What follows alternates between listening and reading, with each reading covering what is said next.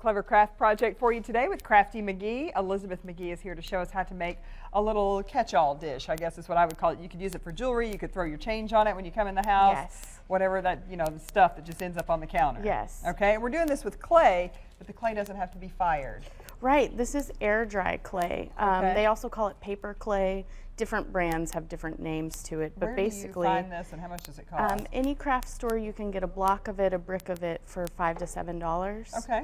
And there are several different brands. Any air dry clay is fine. Will work. Now you take it and you're going to roll it out with a rolling pin, I guess? Yes, I use a rolling pin. Okay. You can cover it with plastic wrap if you don't want it to touch your food rolling pin, or just wash it really well. Right, okay. Once we get it flat, we've got to get our initial shape, and you say just use a bowl to do that. Just use a bowl and press it down, and okay. if your clay dries out a little bit, you can always add a little bit of water to it. So that's a you good can see tip. even on this paper where it's a little bit wet. Yes. Okay. So that gives you your initial shape, and then you would take the bowl off. And you can use rubber stamps, or just, I have also a wooden dowel you can use to make polka dots. Now you say really I shouldn't worry about this You jagged don't have to edge worry that I about have the right here. edges, Okay. because you can sand it afterwards. You could also use a knife I poked a hole in it.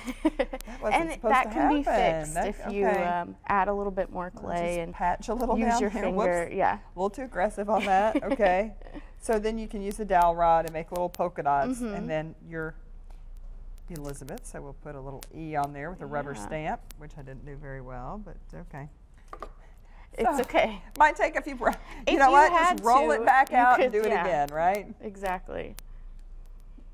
So after we do this, how do we get it to a point where it's going to actually hold something? So you're going to put it inside of a bowl. Okay. And then just sort of make it press down a little bit in the bowl. And then if you let this dry overnight, when you wake up in the morning, it will be dried into that rounded shape. Okay, and that's when you paint it whatever color you want it to be, and you say you can sand these edges. You can sand it first, okay, and then paint it. Right. And then you want to also put a coat of glue or something that will strengthen the clay so that it's sturdy like this one. All right, and there you have it. There's your finished product, and you have a nice little dish to catch whatever you need to catch on the counter.